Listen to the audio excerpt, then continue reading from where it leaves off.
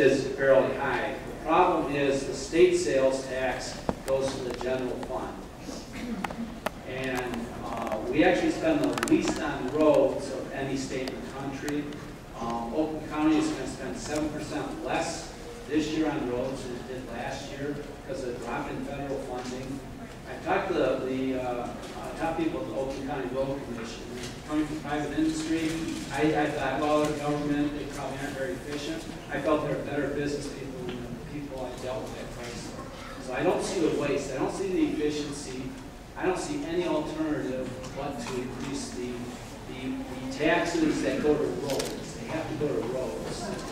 And you can't take the state sales tax as part of the tax system, which is not part of the roads, and suddenly shift it to the roads.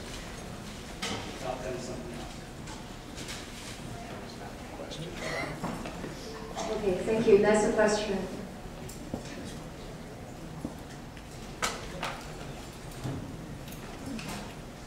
Good evening, distinguished candidates. I was working in public school, so I remember some of you have plans or any plans for the public schools, so I was very curious. So could you share something about this?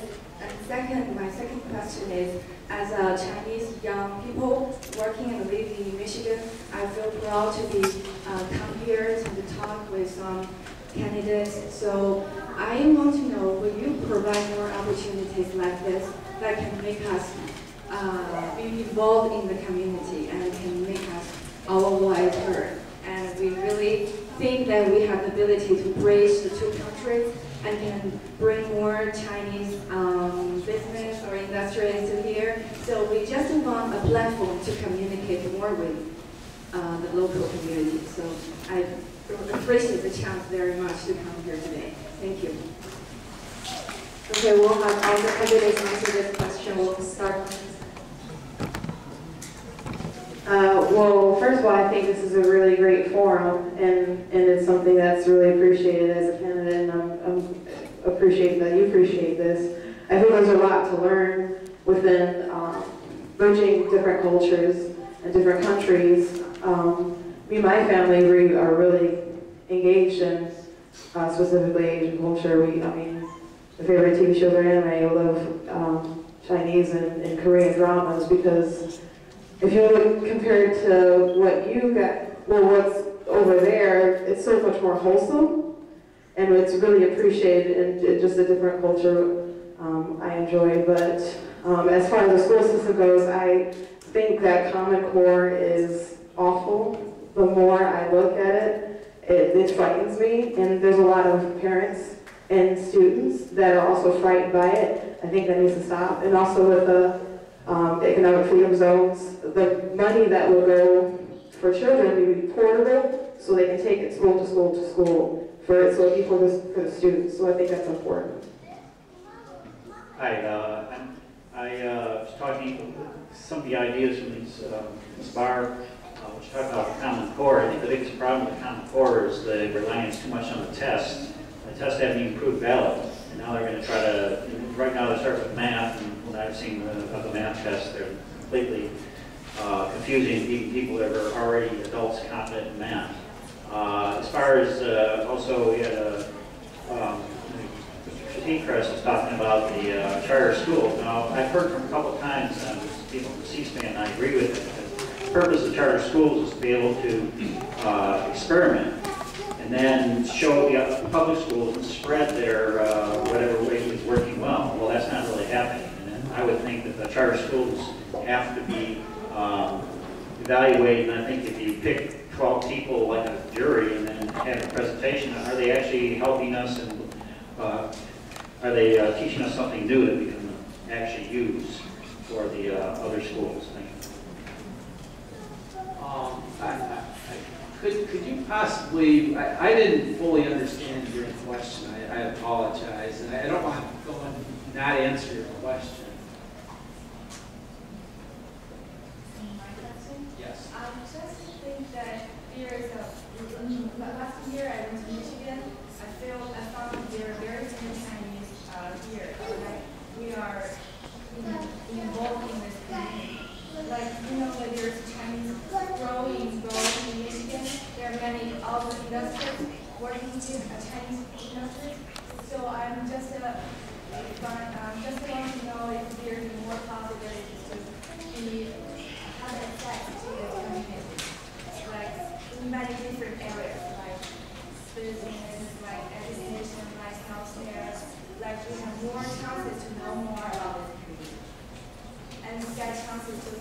make them to hear what we think about, because I think many of them have working here for a very long time, so I'm here.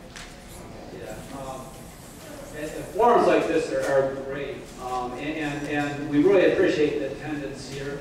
A couple of us were with Baptist minister. They had a question and answer, 2-hour question and answer in Pontiac, and it was almost just the family of the candidates there. It was a wonderful session, but we didn't have 40 or 50 voters.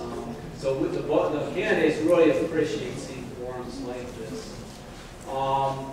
As far as getting involved in the community and understanding the country, the more you read, and I know sometimes the language can be a problem, and the more you come to forums like this, I think you learn, and you will realize how diverse this country is, not only in terms of ethnic groups, but in terms of thought processes.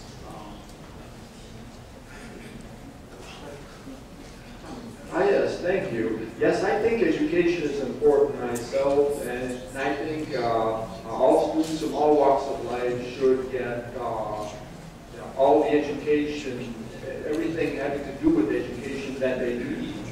And of course, this requires spending the amount of money necessary.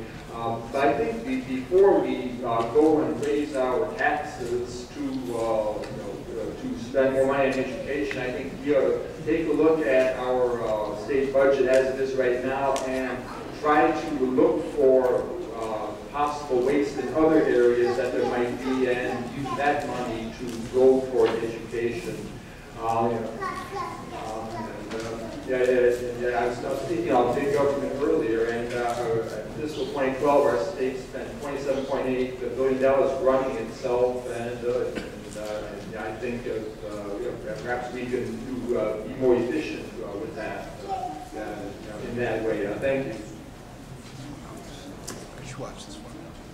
So if I understand correctly, you wanted to know something about a plan for public schools as well as more information about how to perhaps better integrate into the local community. Am I understanding? Okay.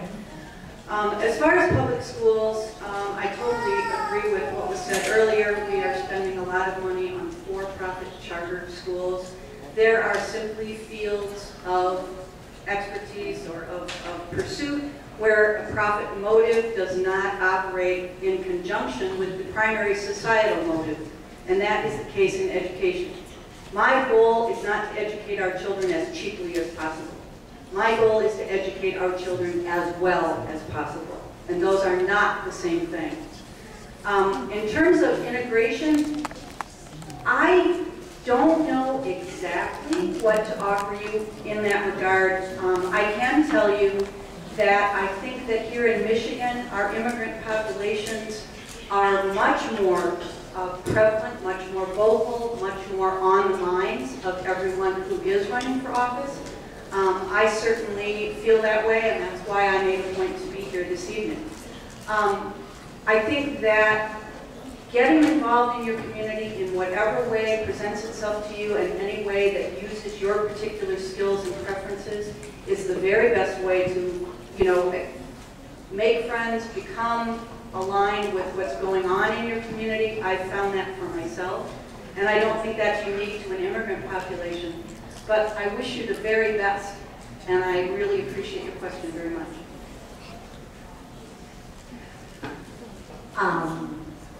I think it's a good question too. My point of view is my husband and I sent our children to the public schools because we especially wanted them to meet people from all walks of life. They had friends that did better on tests, kids that did worse. They had people that had more money, less money, different religions. That was part of their education, and I think that's what's so important about our public schools. It's super. Now, to your question of how to get involved, as a state representative, I've looked at what our state representative has done, and it's not good at all. They're only in Lansing 100 days a year. I mean, that's nothing. And to me, a couple things that I think state representatives should do. They should spend one day, an entire day in an elementary school, middle school, and high school, so they really know what's going on in school. And then they need to reach out to you. That shouldn't be your responsibility. They have Fridays and Mondays off, and they should be part of the community and reach out to you and sit around and have tea or whatever to listen to you, because you're our boss. You, yourself, right there, you would be our boss.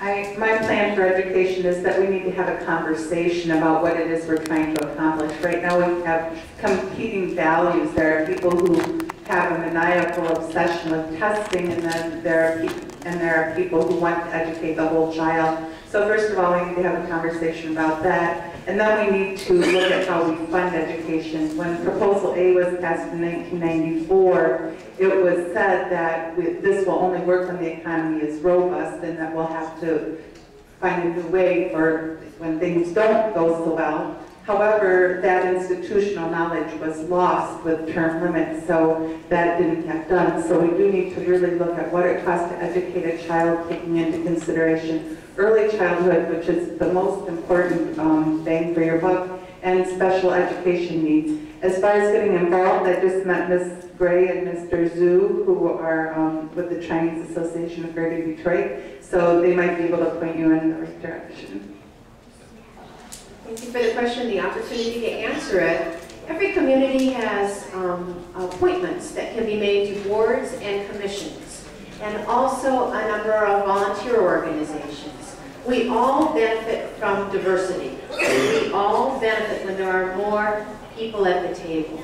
So I do encourage you to call your local community, call your city or your township, and see what opportunities there are. And I think that that is fabulous. Regarding education, it really is a priority, and it's an understanding of the issue. And since we've already talked about K-12 a bit, may I talk a little bit about higher education before passing the mic? Higher education 10 years ago in this state, our colleges and universities were known for being accessible and affordable. A decade later, we're in the bottom 10. We have dropped all of that, top 10 to bottom 10, meaning they're becoming more and more unaffordable. And when students leave, they are burdened with those loans. That's a priority that needs changing. Our current governor, through his budget, wiped 15% out of our colleges and universities, thereby making it more burdensome on families in coming up with that tuition. That was a choice. That was their choice. That's not my choice. We know that good education equals good jobs. Do you agree with me? And we know that we need those good jobs to be successful, not only in the state, but in the world.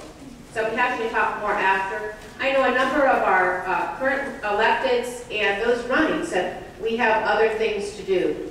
I have a banquet down the street. I stayed here. I look forward to having the opportunity to meet with you. Thank you for bringing up higher education costs. As I wrote in my answer to your survey, I'm very impressed with the fact that the Chinese citizens may have 300 million Chinese citizens with English language proficiency. I don't know if that's true or not, but I've read that. And so I'm not worried about the Chinese taking care of themselves. I admire them because I think they're doing a good job of that. Whoever has arranged this forum has done a tremendous job serving you. And so this is a remarkable organization and format that you have here. I'm new to this process, but this is more impressive than I've seen from some of the other voter rights organizations that have written to me. On the subject of higher education costs, okay, I'll be 15 seconds quick. We may not have experienced an increase in the number of professors per student. It may be an increase in the number of administrators per students. Higher education costs may correlate directly to the number of administrative overhead people. The thing is that I see is we lost track of why we are educating our children. We're getting them ready to go out into the world and succeed. The one biggest problem that I see is statistics and dollar figures are barometers and gauges that we can see our progress. But the other thing is, have we taught our kids how to learn? When my son comes home, has a 4.04 grade point average, very smart, and I ask him, did you learn something? Well, I passed the test. Well, that's fine, you passed the test, but did you learn something? Now, as far as people coming in, now, one of the reasons I said that I don't take any funds is because, as with your issue, big business has too much control over what's going on. That's why I take no money. I represent only the people in my district, and they're the only ones that I answer to. I don't answer to the party, I don't answer to money, I have no one looking over my shoulder. Once you take a nickel, somebody wants something in return. I want nothing except for our district to succeed and your lives to be better. If I can do that, if I can make your life better, I did something. And you can't put a price on that. Thank you. That's the question.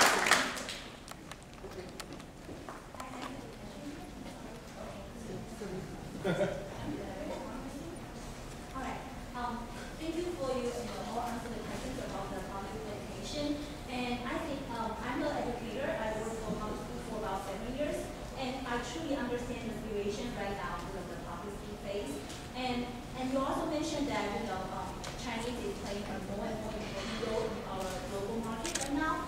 And so right now I really realize that many school districts, public school districts already opened like the Chinese program, like the Chinese language or culture program in the public school district. Some public school districts, they don't want to open this program.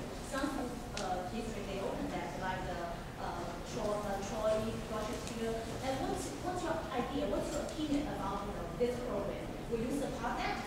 Will you support this kind of program? Because I've been working in this program for about 7 years. I think this is a wonderful program. It's a wonderful program. Absolutely. It's a wonderful program. We're very happy to have it in Troy and Rochester Hills. Again, sometimes the size of the district can determine the opportunities that we have. So when you're thinking about the Rochester Community Schools and Troy School District, size certainly is helpful. Here in Troy we have about 12,500. And again, in Rochester Community Schools, about the same. So opportunities can be increased. Nevertheless, we will say that L. Brooks Patterson, our executive right here in the county, promoted this. We were among the first to do that. In Troy schools, we are committed that when a student starts a year of language, a subsequent year will be available for that. So we are happy to do that at every level here in Troy. I would encourage those opportunities to be made statewide, and perhaps those other ones could simply nod if you agree. And thank you for the question. Okay, mine isn't really a question, but it is just following up on the question earlier about how to become involved in the community. One of the ways to become involved in the wider community is to read English language newspapers. For example, like the Troy Somerset Gazette, because my wife is Chinese, and a lot of her friends just read the Chinese newspapers and not necessarily the English newspapers. So you should do both. Troy Somerset Gazette is available at the lobby here and a lot of businesses. There are often volunteer opportunities. My wife volunteers for Meals on Wheels, which is delivering meals to all the senior citizens. As Mary Irwin had mentioned, the city of Troy has advisory boards where you don't have to run for office. They're looking for volunteers. And in fact, Mary can probably answer, I think it's hard for them to find volunteers. So by looking in the newspaper, often there are articles asking for volunteers. And so that'll give you opportunities to become involved in the community. Great answer. Okay, the last question. Hi, my question is, in the Detroit police chief James corrects that the armed citizen will curb the crime. And my question is, what are your thoughts on gun control, and what are your thoughts to improve Michigan's public safety? Thank you. So we'll have all the candidates answer this question. Okay, first of all, police are there to help enforce the laws. And the whole panel up here, one thing that we have to do is, government officials and police are not the only ones that have to do it. The people have to do it. If you see a crime, you have to report it. If you allow it to persist, if you hide in your homes, if you keep moving away further and further from crime, it's not going away. Now, one thing that we need to do is we all need to stand together with each other, look out for one another. I remember a time in a neighborhood where you would watch your neighbor's house. You knew all the people down the street. It's not that way anymore. We've done that to ourselves. However, the one thing that we can do is there's more honest people out there than there are criminals. If we all get together, panel and citizens, and do something about it and stand up against it and say, look, we're tired of this. You see a crime, you report a crime. Do everything you can to help stop it. And be a good parent. I can't stress that enough. It does start in the home. Chief Craig has done a great job. He's really brought down crime in Detroit. A lot of gun crime in Detroit. I do believe in the Second Amendment. I believe in gun ownership. I don't believe in drug trafficking. I do not think that we have an honest war on drugs. I think we need to take a real hard look at that. The tremendous amount of the violence down there is drug related. And we are not having an honest conversation about drugs in this country, whether it be street drugs or whether it be prescription drugs. And so, that's my initial reaction to your question. I hate to be I'm just a fan of Troy. I've lived here for decades. So I am proud that Troy is the safest city. And we didn't do it because everybody on the street is armed. We've done it in cooperation with a professional police force, and it makes a huge difference. We're so proud that our police is partners with the Community Coalition for prevention of drug and alcohol abuse in our community, so that together we can address issues which could otherwise become quite volatile. So we do that together. Here you can even become part of the citizens police force, and learn a little bit about what's happening with our own police. And that kind of partnership, that linkage, I think, helps promote safety in the community. I wasn't quite sure of the nature of your question. I think you said something about arming citizens. And so I don't think that's a good idea. I think we do need to take responsibility, but not in a vigilante sort of way, because violence breeds violence. We do need to take responsibility for our neighbors. In Clawson, it still is like that. We're like a little town up north, surrounded by the big city. So I do think neighbors looking out for one another is important. I do think reporting things that aren't right is very important, and also to model good behavior for your family than the people that your family associates with. I understand that we have rights to concealed weapons and open carry and that sort of thing, but I don't think that we want to promote any vigilantism. So I hope that answers your question. Well, I come from Rochester, and I have a key to all my neighbors' house, and we all look out for each other. I think it's just up to us to be a neighbor. And it kind of goes back to that diversity council I was telling you about. You know, the more we know each other, the more we look out for each other. The more we know each other, you know, it's a positive cycle. So I think, you know, neighborhood watches, neighborhood associations. In Rochester, we have just 63 neighborhood associations. And the more involved you're with them, you know your neighbors, and it's just a positive cycle. So I think it's up to each and every one of us to look out for our neighbors, and I agree with the gentleman down. If you see something wrong, you stand up and you say that's wrong. Thank you for your question. So, in terms of an armed police force versus armed citizens, I'll go with the armed police force every time. And I think your question was, in part, what benefit is it to have armed citizens? Is that true? Is that